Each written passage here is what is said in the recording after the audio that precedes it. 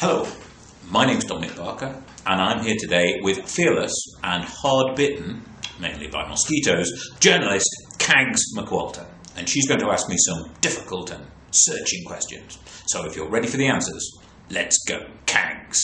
Okay, Dominic. First question, what made you want to become a writer? What made me want to become a writer? Well, I suppose I don't think of it like that. I don't think that you ever become a writer.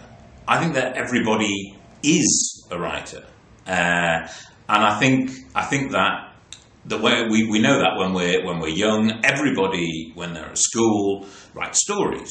Every single person who's at school writes stories, and what happens as people grow older, I think this is sad, is that they stop writing stories. So teenagers write less and less stories, and adults hardly ever write a story, which seems to me a very sad thing. Because I think the way that when we write stories, we're writing something that nobody else in the world can write. A story that you write, or I write, or anybody writes, is as individual as a fingerprint. Nobody else in the world can do it. And so I think that the ability to write, which we all have, is a fantastic thing. And, sorry, to come back to your question, I suppose my answer is not, when people ask me, why did you become a writer? I would say I never became a writer.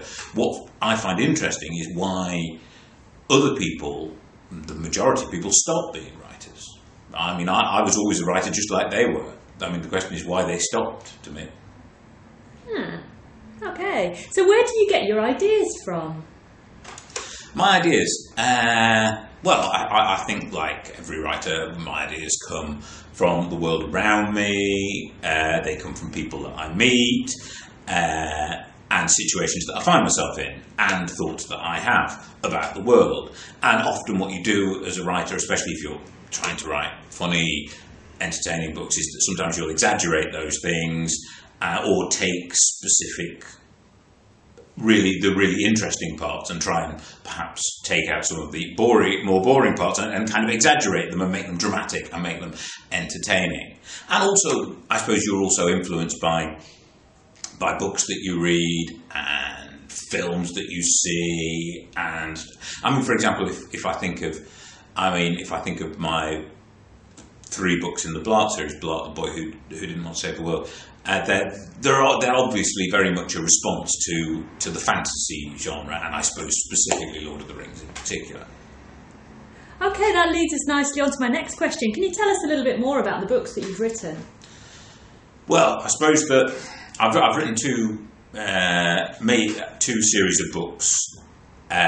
First series is a series called based on the character Mickey Sharp, which are 4 books: Sharp Stuff, Sharp Shot, Sharp Beats, and Sharp Returns, and they're about a teenage detective. They're set very much in the present day, and it's about character Mickey Sharp, and he goes to normal secondary school, and he has to solve various cases that are brought to him, which he does with some success and a mixture of success and failure, and hopefully a mixture of humour as well. The other series of books I've written is a series based on the character Blart, who is perhaps the most disastrous hero ever to set forth in the fantasy world, and they involve Blart having to save the world despite the fact that he never ever wants to. So Blart is a character who has to save the world, but doesn't want to and doesn't care about the world, and is interested mainly in his pigs.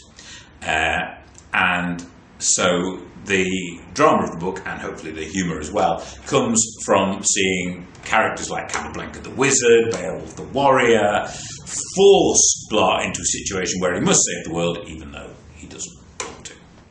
And your latest book? And my latest book, which will be coming out later this year, is a book called Adam and the Arkanauts, which is a book about a boy and his father who discover the secret of communication with animals. However, just at the moment, they discover the secret of communication with animals. Their mother, or the boy's mother, Adam's mother, is kidnapped by the evil Professor Silas Scabilax, and they must search the world trying to bring her back. And they do so with various characters, the Arcanauts, who are various animals they've met around the world as they search to try and find her. And eventually, and obviously they can all talk to each other, and eventually they arrive in Buenos Sueños, a small, isolated city, and there they try and find their mother. And it's well, hopefully again it's very funny, it's very dramatic, it's very exciting, and there's lots of good bits. But sounds really exciting. I'm looking forward to reading it. It's, well, I'm very glad you are. So, who's your favourite character? It's an impossible question. It's an impossible question to ask because of the big characters in my books. I think there is I can't pick. I mean, other people can pick. People who've read can pick, and it's very interesting. When sometimes people write to me and they say, "Oh, I really like that character," and another person will like a different character, and it's really interesting to see how different people view different characters and find them appealing. I suppose I have a small bit of affection for a character in the first Blanc book, like The Boy Who Didn't Want to Save the World, which is a character called the Man with the Carrot for a Nose. And I think the reason I have this affection is because I feel quite guilty as a writer, because during the book, Blanc and Capablanca get something slightly wrong, and as a result of this perfectly innocent character has his nose turned into a carrot. And when I was writing it, it was quite a little bit of the book. And I thought, I must go back at the end of the book and give this character a happy ending. I must, get his nose back to being a nose and not being a carrot. And being a somewhat forgetful writer, I entirely forgot to do it. And so whenever I come across that character in the book, I feel very guilty, and I feel very apologetic towards him, because I left him with a carrot for a nose, and I should have gone back and given him his nose back. So he's still wandering around there with his carrot for a nose, for which I am extremely sorry. Oh. Okay, what about your experience of reading? What were the books that you enjoyed when you were younger? When I was younger, I read a great deal when I was younger. I think mainly because our television broke, which it did, and my parents couldn't afford to get it mended. What a sad story that is. So yes. So I read The Famous Five. I read all 21. I was very proud of my 21 Famous Five books. I read the William series with just William, who was a very, very naughty character. I liked him very much. He was very funny, and he had a very good attitude to the adult world, I think, which I think is something that I've certainly learned from and taken to my books about a kind of mistrust of the adult world.